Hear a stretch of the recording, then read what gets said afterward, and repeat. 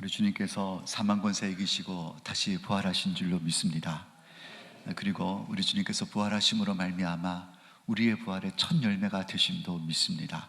그러니까 우리가 예수를 믿는 믿음 안에 있으면 우리 주님께서 부활하신 것처럼 우리도 다시 부활하게 되는 이런 역사를 누리게 될 줄로 믿습니다. 오늘 이 부활 신앙을 가지고 승리하시는 우리 모두가 다 되었으면 좋겠습니다. 힘든 일 많고 어려운 일 많이 있습니다. 억울한 일을 당할 때도 있고 절망적인 상황을 만날 때도 있습니다. 시대가 참 어려운 시대에 우리가 살고 있는데, 그래도 그리스도인들은 이런 어려움 가운데도 소망이 있습니다. 왜 소망이 있습니까? 천국이 있잖아요. 우리에게는 영원한 천국이 있습니다. 우리가 언젠가는 가게 될 그 본향이 있기 때문에, 이 땅에서의 삶이 다가 아니기 때문에 이 땅이 힘들고 어려워도 우리는 소망을 가지고 살아가게 되는 것입니다. 장래의 소망, 장차 천국에서 누릴 그 영광을 생각해 본다고 한다면, 사도 바울이 로마서 8장 17절에 이렇게 고백을 했습니다. 현재 우리가 당하는 고난은 장차 우리에게 나타날 영광과 좋게 비교할 수 없도다. 앞으로 우리가 누리게 될 영광은 지금 아무리 힘들고 어렵다고 한 이 고난과 비교했을 때는 게임도 안 된다는 거죠. 그 영광의 무게가 얼마나 큰가라는 것을 한번 생각해 보라라는 것입니다. 그런데 거기에 함정이 하나 있을 수가 있습니다. 어떤 함정이냐면, 우리가 천국은 분명합니다. 우리가 천국을 소망하고 살아가는 사람들이기 때문에 천국은 분명한 사실인데, 근데 너무 천국에만 집착하고 살아가면 이 땅에서의 삶을 쉽게 여기는 이런 우를 범할 수가 있다라는 것이죠. 그러니까 구원에 대한 오해를 잘못 가질 수도 있다라는 것입니다. 우리 부모님 세대, 그 위의 세대분들, 그 위의 세대분들을 신앙생활들을 보면 구원에 대한 조금 이제 편협한 이런 구원관을 가지고 계신 그런 분들이 많이 계세요. 편협하다라는 표현이 맞을지는 모르겠습니다만은, 그러니까 그분들이 가지고 있는 이 구원관이 어떤 구원관이냐면, 내가 죽음만 봐라, 내가 천국 가서 더 이상 눈물도 고통도 아픔도 없는 영원한 천국에서 내가 주와 함께 왕노릇하며 살 것이다 라는 이런 신앙관, 이런 구원관을 갖고 계신다라는 것이죠. 그래서 이 땅에서는 어떻게 살아가는 것이 당연하다고 여깁니까? 이 땅에서는 괴롭고 힘들고 눈물 나고 슬프고 고통스럽고 그건 이 땅이다. 그러나 내가 죽음만 봐라, 죽음만 봐라, 내가 죽고 난 다음에는 부활해서 우리 주님과 함께 영원한 천국에서 왕노릇하며 살아갈 것이다 라는 이 구원관을 우리 윗세대들은 가지고 계셨다라는 것이죠. 반은 맞습니다. 근데 반은 맞지 않습니다.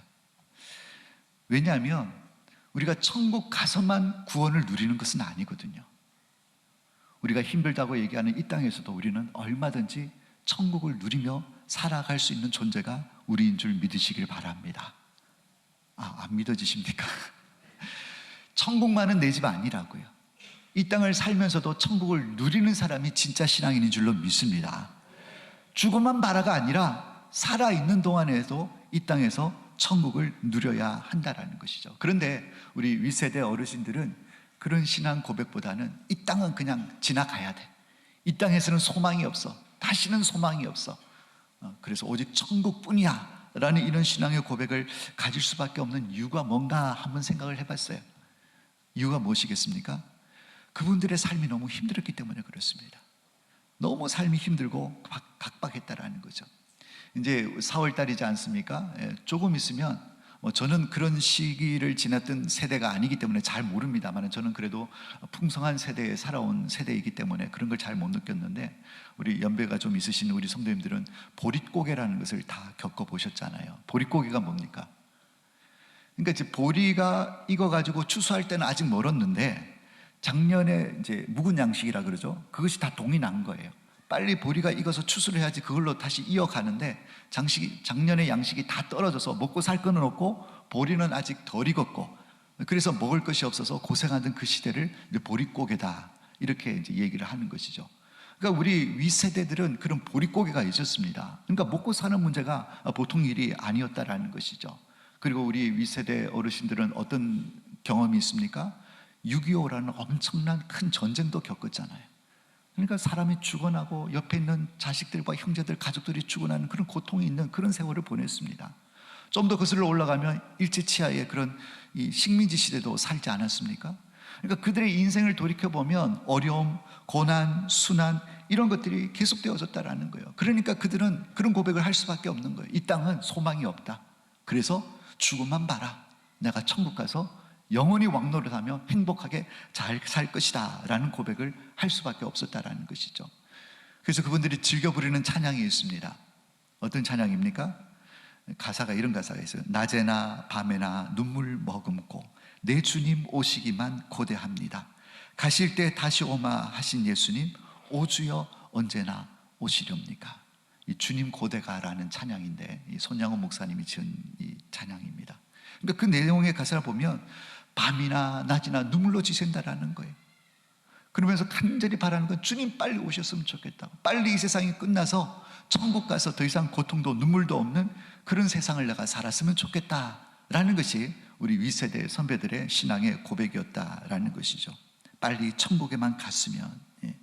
여러분, 그런데 이것이 자칫 잘못하면 편협한 구원관을 가지고 올 수 있다라는 것이죠. 앞서 말씀드린 것처럼 하나님께서 우리에게 주신 이 땅을 살아가면서 누릴 수 있는 풍성한 복이 있는 줄 믿으시길 바랍니다. 요한복음 10장 10절 말씀에 예수님께서 그렇게 말씀하셨죠. 도둑이 오는 것은 죽이고 멸망시키는 것뿐이요, 내가 온 것은, 예수님이 이 땅에 오신 이유는 양으로 하여금 생명을 얻게 하고 구원 얻는 것이죠. 그리고 더 풍성히 얻게 하려는 것이라 라고 말씀하고 있습니다. 그러니까 우리가 이 땅을 살면서도 하나님께 주시는 복을 풍성하게 받아 누릴 수 있어야 되는 것입니다. 그래서 이 땅에서도 천국을 누리고 죽어서도 천국을 누리는, 이것이 우리 그리스도인들의 아름다운 원래 모습인 줄 믿습니다. 우리 방개교회 모든 성도님들은 이 땅에서도 천국을 누리고 우리 죽어서도 천국을 누릴 수 있는 그런 자리에까지 다 나가시는 우리 모든 성도님들이 다 되시기를 예수님의 이름으로 축복합니다. 근데 사단이 속이는 거예요. 아, 이 땅은 그런 땅이라고, 너희들은 이 땅에서 천국 누리면 안 되고 그냥 힘들게 고난하고 그렇게 살다가 이 땅 가는 거야. 그건 사단이 우리를 속이는 거예요. 이 땅에서도 천국을 누려야 하는 것입니다. 여러분, 십자가와 부활도 마찬가지입니다. 우리가 어제까지 고난주간을 보내고 우리 전교인 특별 새벽기도회를 가졌습니다. 그리고 오늘 우리가 부활절을 맞았는데요, 근데 한국교회에서 이 부활절의 입지는 참 좁은 것 같습니다. 간단한 예를 든다면, 여러분, 십자가를 주제로 하는 찬양은 여러분 1년 내내 불러도 안 이상합니다. 오히려 그 십자가를 묵상하고 주님의 고난을 묵상할 때마다 마음에 울림이 오고 감동이 있는 그런 찬양으로 은혜가 됩니다. 그런데 부활절 관한 찬송은 다른 날 부르면 좀 어딘가 모르게 좀 어색합니다. 추수감사를 부르면 더 이상하고. 그래서 부활절 찬양은 언제만 부릅니까? 딱 오늘, 유통기한이 오늘 하루밖에 없어요. 다른 날 부르면 안 돼요. 안 되는 게 아니라 부르면 어색합니다. 오늘 절기 부활절도 아닌데 왜 이 찬양을 부를까? 이게 우리의 정서라는 것이죠. 그러니까 십자가는 항상 우리 마음에 있는데 부활절은 딱 1년에 하루, 오늘 부활절 주일 딱 이 하루밖에 우리가 마치 기념일 삼듯이 잠깐 스쳐 지나가는 그런 절기로 우리가 지키고 있습니다. 심지어 십자가는요, 우리 고난주간 하면서 우리 교회는 일주일 했습니다마는 뭐 다른 데는 뭐 40일을 하기도 합니다. 한 달을 하기도 합니다. 그러면서 내내 한 달 내내 일주일 내내 십자가를 묵상하지 않습니까? 그러니까 십자가는 우리 한국 교회 성도들에게 가슴 깊이 새겨져 있는 거예요. 그걸 묵상하면 묵상할수록 은혜가 흘러넘치고. 그런데 부활은 아니라는 거죠. 부활은 오늘 딱 하루, 내일부터 이제 부활 얘기하면 안 돼요. 이런 식으로 신앙생활을 하고 있다라는 거예요. 설교도 마찬가지입니다. 십자가에 대한 설교 말씀은 언제 들어도 은혜가 되고 감동이 되지만 부활에 관한 설교를 하면 왠지 부활절에만 들어야 될 것 같은 그런 설교로 들려질 경우가 많이 있다라는 것이죠. 많은 성도님들이 부활에 대한 가치와 중요성을 십자가만큼 여기지 않고 살아가는 것 같다라는 생각을 가져보는 것입니다. 여러분, 이런 것들은 칭의의 교리에서도 금방 알 수가 있습니다. 여러분, 칭의가 무엇입니까? 이 칭의는 일컬을 칭자, 의로울 의자, 칭의. 그러니까 우리를 의롭다고 불러주시는 것을 칭의라고 얘기하는 것입니다. 여러분, 우리가 어떻게 칭의를 얻게 됩니까? 우리가 왜 언제 의롭다라고 이렇게 부름을 받게 됩니까? 그것은 바로 예수님이 나의 죄를 대신해서 십자가에 못 박혀 죽으심으로 말미암아 내 죄가 다 용서되었다는 그 사실, 십자가를 믿음으로 받아들일 때에 우리의 모든 죄가 해결되어지고 우리를 의롭다, 칭의해 주시는 것입니다. 그러니까 이 칭의 교리도 가만 살펴보면 결국 뭐와 관련이 되어져 있습니까? 십자가. 십자가와 칭의와 관련되어져 있는 것입니다. 오늘 로마서 3장 24절에는 이렇게 기록이 되어져 있습니다. 그리스도 예수 안에 있는 속량으로 말미암아 하나님의 은혜로 값없이 의롭다 하심을 얻은 자 되었느니라. 그리스도 예수 안에 있는 속량으로 말미암아, 이 얘기는 무엇이냐면 예수님의 십자가 사역으로 피 흘려서 죄를 사시고 해결해 주신 그 사역으로 말미암아 우리가 의롭다 하심을 받았다라고 얘기를 하고 있다라는 것이죠. 그러니까 칭의, 의롭게 되는 것은 무엇과 연결되어져 있습니까? 십자가. 예수님의 십자가 사역으로 말미암아 우리가 의롭게 되어졌다. 많은 성도들이 그렇게 믿고 있고 고백을 하고 있다는 것입니다. 맞습니까? 틀립니까? 맞죠. 십자가로 구원받고 십자가로 의롭게 되는 것이잖아요. 근데 거기까지만 알고 있어요. 마치 천국이 죽어서 가는 것으로만 알고 있는 것처럼, 이 땅에서는 천국과 상관없는 것으로 알고 있는 것처럼 우리의 칭의도 그냥 십자가를 통해서만 의롭게 된다, 이렇게 알고 있지만 성경에는요, 부활도 우리의 칭의와 관련이 있다라고 말씀을 하고 있습니다. 여러분, 우리가 잘 아는 믿음의 조상인 아브라함을 생각해 보시길 바랍니다. 여러분, 아브라함이 어떻게 하나님께로부터 의롭다라는 칭함을 받았습니까? 우리가 잘 알고 있잖아요. 그 아들 이삭을 하나님께서 번제로 드리라라고 말씀을 하셨습니다. 그랬을 때 아브라함이 믿음으로 이삭을 하나님 앞에 번제로 바칩니다. 물론 끝에는 죽이지는 않았지만 이미 드려진 거나 마찬가지죠. 그랬을 때 하나님께서 아브라함의 믿음을 보시고 의롭다 칭해 주신 거예요. 근데 그 내용을 보면 결국 무엇이냐면 아브라함이 아들 이삭을 드릴 때에 어떠한 마음으로 드렸는가, 그것이 중요한 것입니다. 로마서 4장 17절 말씀에 이렇게 기록이 되어져 있습니다. 기록된 바 내가 너를 많은 민족의 조상으로 세웠다 하심과 같으니 그가 믿은 바 하나님은 죽은 자를 살리시며 없는 것을 있는 것으로 부르시는 이시니라. 그러므로 그것이 그에게 의로 여겨졌느니라. 무슨 얘기냐면 이 아브라함이 하나님께서 독자 이삭을 바치라고 말씀하셨을 때에 어떤 마음으로 아브라함이 이삭을 바쳤냐면, 내가 이삭을 죽여가지고 하나님 앞에 번제로 올려드리면 하나님께서 죽은 내 아들 이삭을 다시 살려주실 것이다. 그것이 무엇입니까? 부활이잖아요. 부활, 다시 살려주시는 것. 이 부활에 대한 믿음이 아브라함에게 있었다라는 것입니다. 그 믿음으로 하나님께 이삭을 올려드렸더니 로마서 4장 22절 그 뒤에 말씀이 어떻게 되어 있냐면, 그러므로 그렇게 함으로 그것이 그에게, 아브라함에게 의로 여겨졌느니라.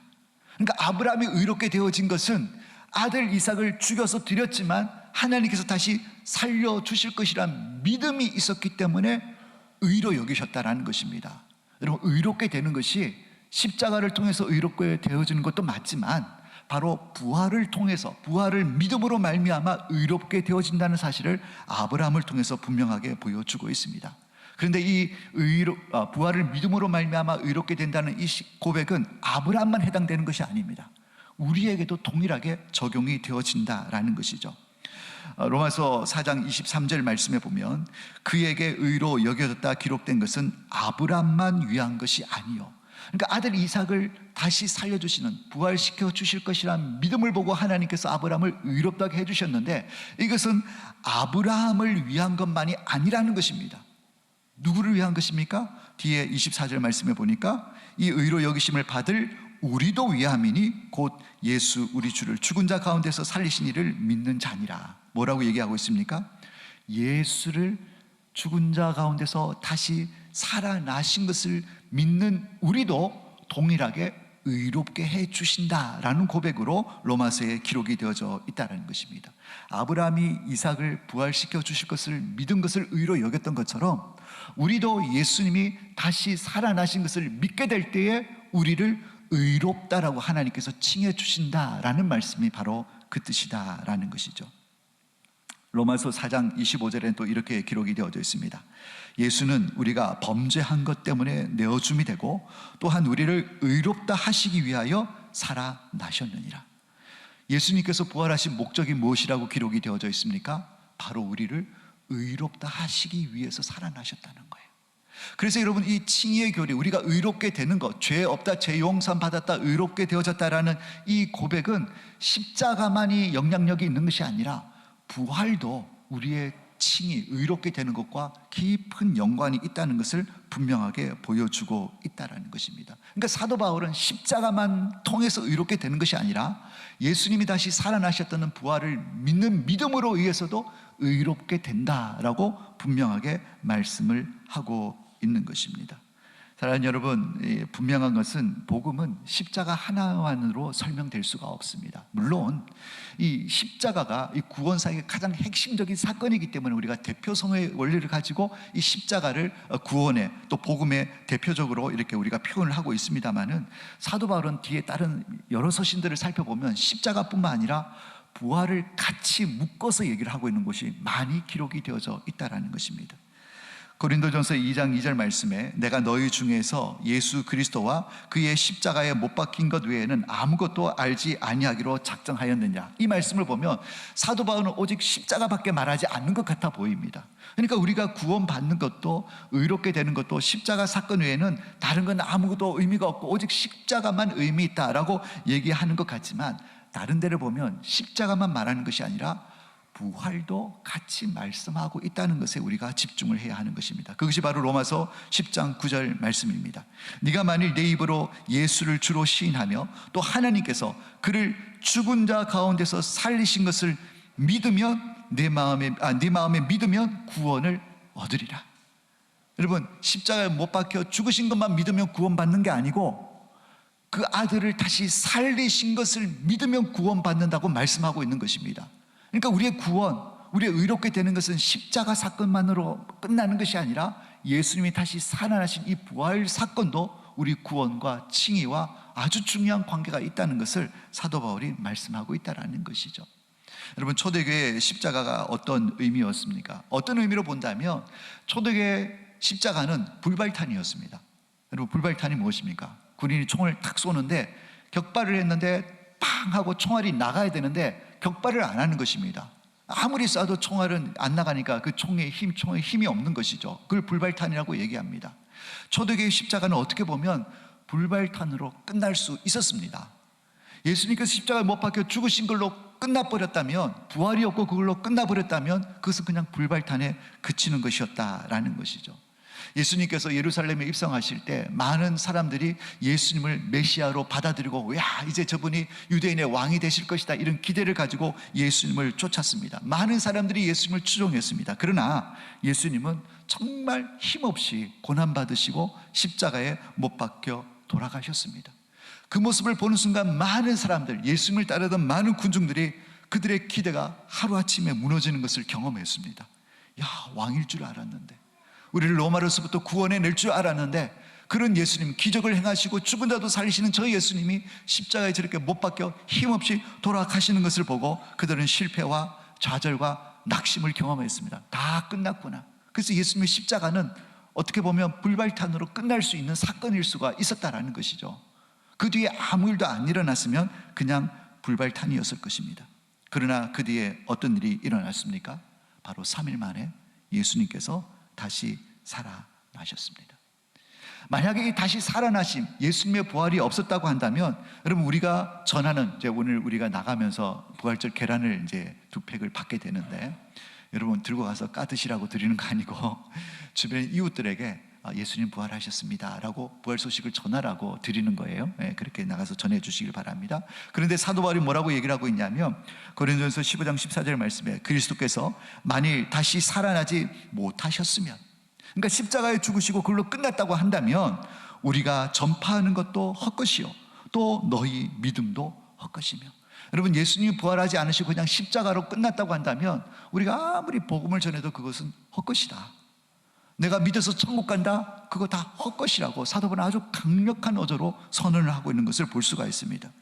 고린도전서 15장 18절 말씀에 또한 그리스도 안에서 잠자는 자도 망하였으리라. 여러분, 예수 믿고 죽은 우리 조상들, 그분들도 다 뭐예요? 망한 거예요. 끝난 거예요. 그냥 아무 소망이 없는 것입니다. 부활의 의미가 얼마나 엄청난 것인가라는 것을 사도 바울이 우리에게 말씀하고 있다는 것이죠. 오히려 십자가는 부활이 없었으면 완성될 수가 없었습니다. 그냥 십자가 사건으로는 구원이 완성될 수가 없다는 것이죠. 부활이 있었기 때문에 십자가가 의미가 있었다라는 것입니다. 그래서 이 아침에 우리가 생각해 볼 주제가 무엇입니까? 오늘 설교 제목이 십자가를 지나 부활로라는 제목으로 설교가 올라져 있습니다. 사랑하는 여러분, 우리는 더 이상 십자가에 머물러 있어서는 안 됩니다. 날 구원해 주신 하나님의 은혜의 사랑 크죠? 감사하죠? 근데 거기에만 머물러 있는 것이 아니라 이제는 그 십자가의 감격과 은혜에서 벗어나서 부활로 나아가야 한다라는 것입니다. 많은 분들이 변화를 갈망하고 있습니다. 개인도 변화를 갈망하고 있습니다. 여러분들 혹시 내가 신앙생활 이래서 되겠나? 변해야 되지 않겠나? 이런 갈망이 분명히 여러분들 가운데 있을 줄 압니다. 가정도 또 교회도 나라도 변화를 다 갈망하고 있습니다. 그래서 변화를 위해서 많은 시도를 합니다. 프로그램을 도입하기도 하고 훈련에 들어가기도 하고 교육을 받기도 하고 또 여러 가지 신비한 체험을 사모하기도 하고 그래서 변화를 추구합니다마는 여러분, 근본적인 변화는 무엇을 통해서 일어나느냐? 바로 부활의 복음을 들을 때에, 부활의 복음을 경험하게 될 때에 근본적인 변화의 역사가 일어나게 되는 줄 믿으시길 바랍니다. 부활을 경험할 때 진짜 변화가 온다라는 거예요. 여러분, 비근한 예로 예수님의 제자들을 한번 생각해 보시길 바랍니다. 그들은 부름받고 3년 동안 예수님을 쫓아다녔습니다. 얼마나 많은 훈련을 받았습니까? 예수님이 옆에서 직접 보여주시면서 교육을 했습니다. 그렇게 열심히 3년을 쫓아다니면서 훈련을 받았지만은 그들에게는 참 믿음이 없었습니다. 어디서 알 수 있습니까? 예수님이 잡히시고 고난받으시고 십자가에 못 박힐 때 그들은 다 뿔뿔이 흩어졌습니다. 다 줄을 버리고 등졌다는 것을 우리가 잘 알고 있는 것입니다. 그런데 그들 가운데 언제 진정한 참 믿음이 생기게 됩니까?